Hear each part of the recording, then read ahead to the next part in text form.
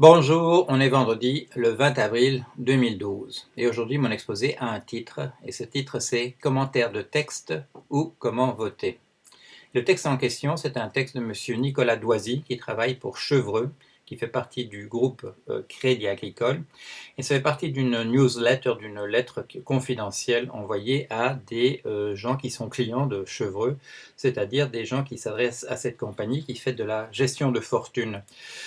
Et le titre du texte s'appelle « Retour vers le futur, la réforme Big Bang de la France sera forcée par le marché ». Voilà. Et mon attention a été attirée sur ce texte par une vidéo qui a été faite par François Ruffin dans le cadre de l'émission de Daniel Mermet, Là-bas si j'y suis, où M. Ruffin interviewe M. Nicolas Doisy à propos de son texte. Voilà.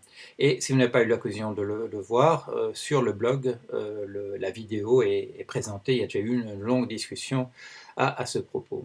Alors, que dit M.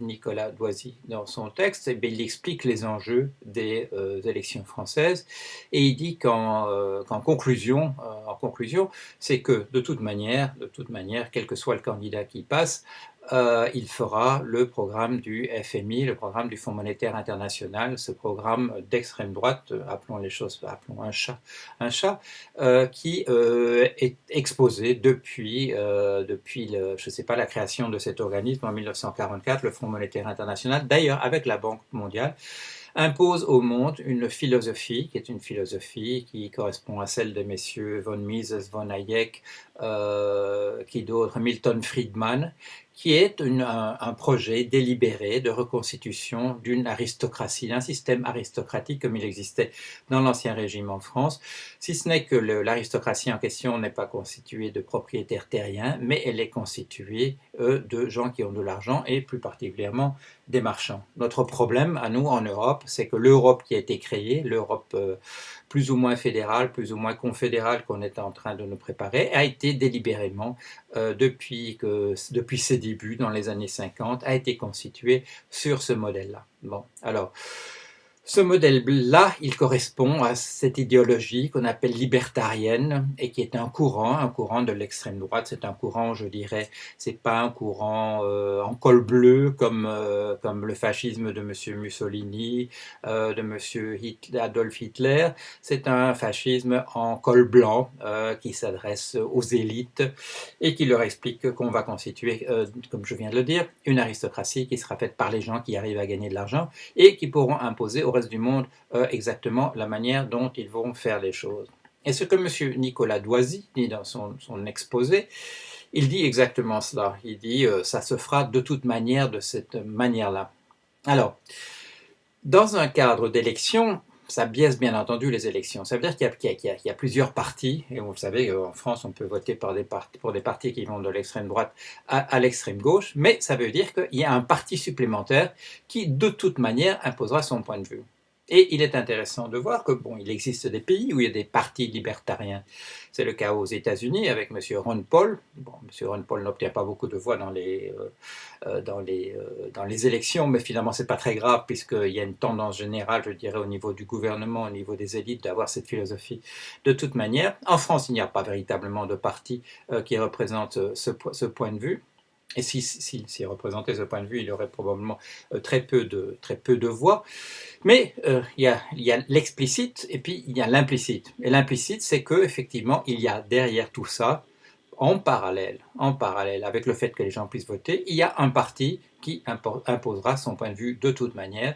Et ce point de vue, c'est un point de vue qui serait comme celui d'un parti libertarien, c'est-à-dire d'imposer un pouvoir de l'argent avec comme seule variable d'ajustement les salaires des gens. Alors, vous vous souvenez peut-être quand même des analyses qui ont été faites par moi, et pas seulement par moi, à partir du début de la crise. La crise, c'est essentiellement une conséquence du fait que les salaires des gens ne sont pas assez élevés. Pourquoi? Je rappelle en deux mots quel problème ça produit. Ça produit d'abord que les gens doivent remplacer les salaires qui ne sont pas suffisants par du crédit, et ça fragilise tout le système, parce qu'il vient un jour on ne peut pas le rembourser, comme voir l'actualité récente. Et d'autre part, comme il n'y a pas assez de pouvoir d'achat dans la population, il y a des tas de capitaux qui pourraient sinon être investis dans l'industrie, produire des produits, mais comme il n'y a pas assez de pouvoir d'achat chez les gens pour acheter ces produits, ces capitaux sont flottants, ils vont faire de la spéculation sur les marchés et ils dérèglent complètement le système de formation des prix. Alors, c'est comme ça que ça fonctionne. Dans le cadre actuel, j'ai fait une analyse de ce qui pouvait se passer pendant les élections et après les élections. Et j'avais dit, ou bien M. Sarkozy passe et il fera comme il l'a fait depuis un certain temps, il appliquera le programme du Fonds monétaire international, de la Banque mondiale et de la classe libertarienne du monde entier par implication.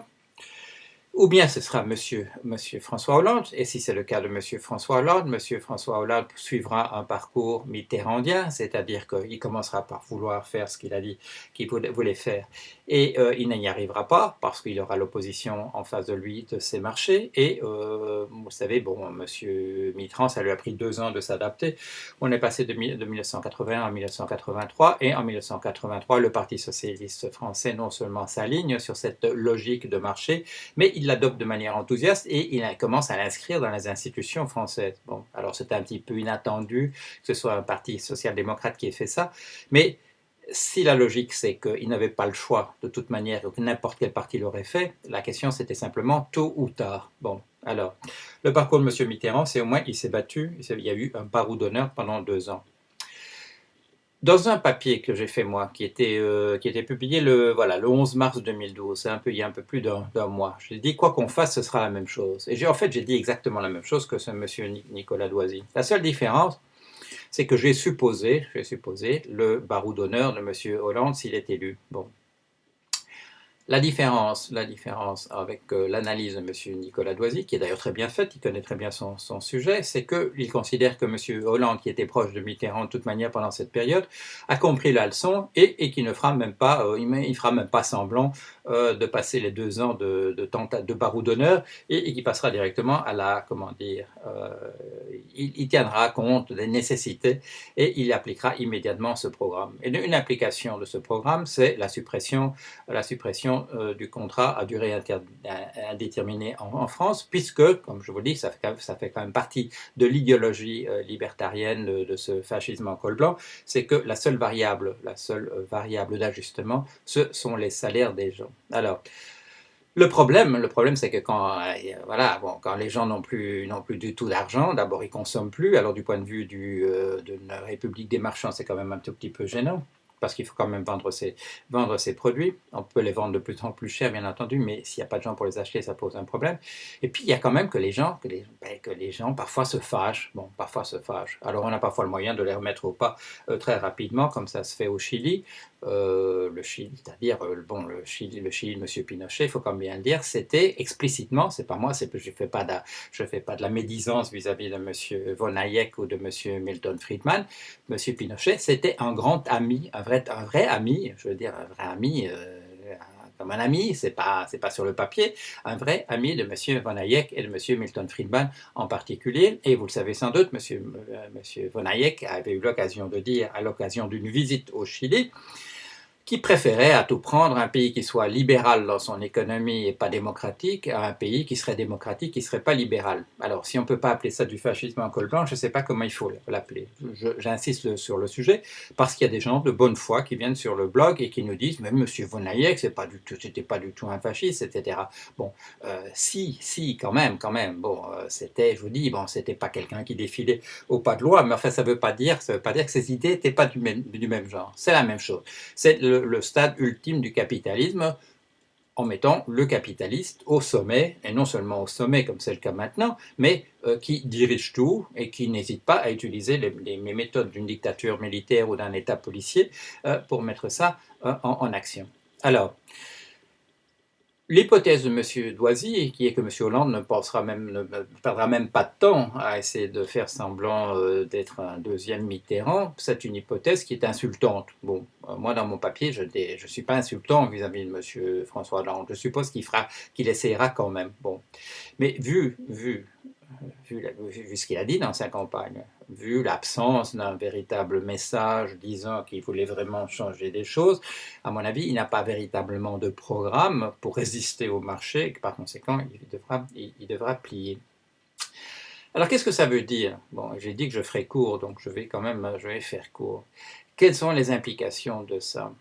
Parce que, bon, moi je n'irai pas voter en France parce que je ne suis pas français, donc même si j'essayais, on m'empêcherait de le faire.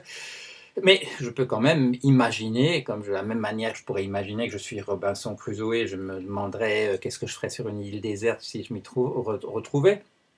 Je peux quand même demander ce que je ferais moi dimanche, vis-à-vis du fait d'aller voter ou non.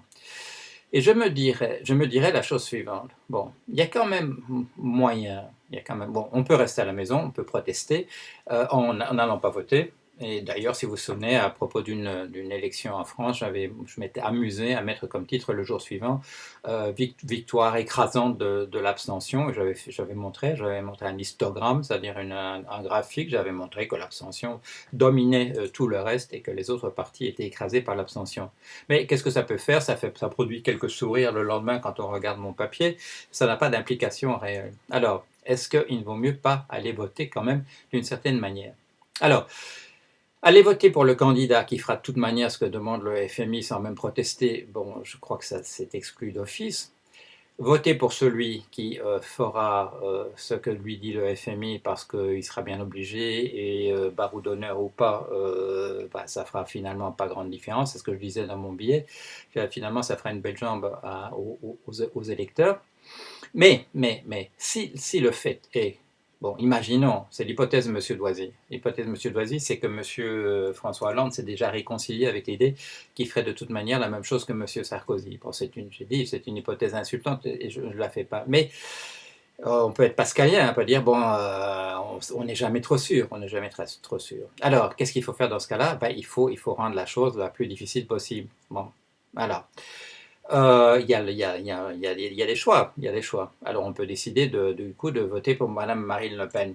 Alors, si on n'est déjà pas tellement d'accord avec l'idée d'un fascisme en col blanc, on n'est peut-être pas tout à fait enthousiaste pour un fasciste en col bleu, surtout qu'on a pu voir comment ça marchait dans les faits. Alors, voter pour ce parti-là, je dirais, c'est un petit peu comme les veaux qui voteraient pour un nouvel abattoir avec enthousiasme, c'est peut-être pas une très bonne idée. En fait, c'est une très très mauvaise idée de toute manière. Bon. Alors, qu'est-ce qui reste? Il reste les autres. Alors, si on vote pour cela, on peut faire comprendre quelque chose. On peut faire quand même comprendre quelque chose, c'est-à-dire qu'on a lu l'article de M. Nicolas Doisy, qu'on n'est pas d'accord, qu'on est conduit comme ça simplement à l'abattoir parce que ça a été décidé en haut lieu, et surtout qu'on n'est plus dans un système démocratique. On n'est plus dans un système démocratique, c'est nous dire simplement on a affaire à un système qui est un système censitaire, c'est-à-dire que le plus d'argent on a, le plus de poids on a dans les élections, que ce n'est plus du tout du suffrage universel. Et d'ailleurs, et dans les propositions que moi je fais de mon côté, quand je dis que ferait un président, j'essaye d'éliminer justement cette dimension de pouvoir censitaire. Et vous le savez, dans le droit des entreprises, le droit de propriété privée qui s'applique aux entreprises, ça a été mis en évidence sur le blog en particulier dans un papier de Cédric Masse. Le droit qu'on donne aux entreprises a permis maintenant justement de commencer à faire dérailler cette logique du suffrage universel parce que les entreprises, en tant que personnes morales, ont des droits que les citoyens n'ont plus, que les citoyens ordinaires n'ont plus. Alors ça, il faudrait changer ça tout de suite, le plus vite possible, parce que sinon on est passé déjà de toute manière dans un système de régime parlementaire censitaire, au suffrage censitaire de fait. Alors c'est déjà le premier pas dans la mauvaise direction. Alors le deuxième pas, bien sûr, c'est que ce sont les marchés, c'est-à-dire une idéologie de fascisme en col blanc qui dirige les affaires. Alors, il faut au moins lancer un message, parce que ça a été remarqué par tout le monde. Il n'en parle pas dans son papier, monsieur Nicolas Doisy, il n'en parle pas de ça dans son papier, mais une question de François Ruffin comment dire, le désarçonne quand même un petit peu. C'est la question de dire, ben oui, bon, il y a ces pouvoirs-là, mais il y a quand même la rue. Il y a quand même la rue. Et à ce moment-là, il fait la remarque, il dit, ben oui, parce que la rue, il est d'accord, il dit, déjà, regardez la rue en Grèce, ça a quand même fait changer les choses. La rue en France, ça peut quand même encore être d'une autre dimension, l'histoire l'a montré, les Français ont la tête près du bonnet. Voilà.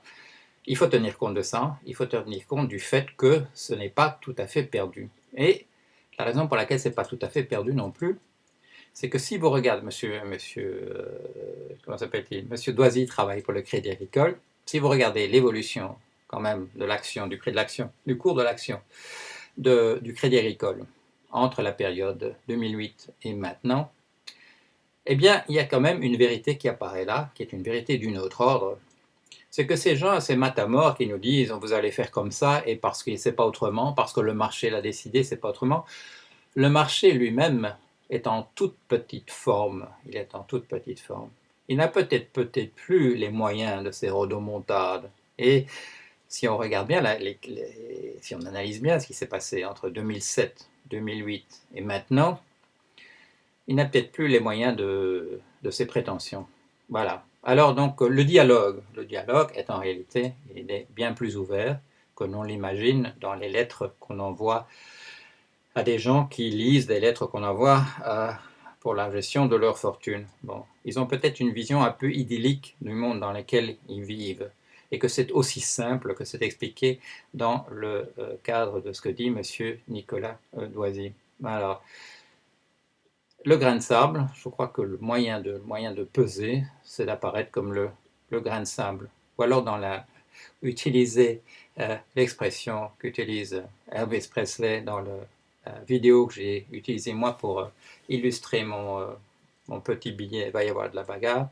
C'est une chanson de Carl Perkins, bien sûr, les connaisseurs, les puristes vont me le faire remarquer, bien entendu, puis qui dit il faut faire comprendre le message suivant. Parce il dit, tu peux faire, chérie, tu peux faire ce que tu veux, tu peux me voler mon pognon, tu peux me brutaliser, tu peux mettre ton pied sur ma figure. Mais surtout, quand même, évite, fais attention quand même, parce que évite de marcher sur mes pompes en daim bleu. Alors, je crois que le peuple de France, je crois qu'il peut dire ça quand même dimanche et le dimanche suivant. Évite de marcher sur mes pompes en daim bleu. Voilà, bonne semaine, à bientôt.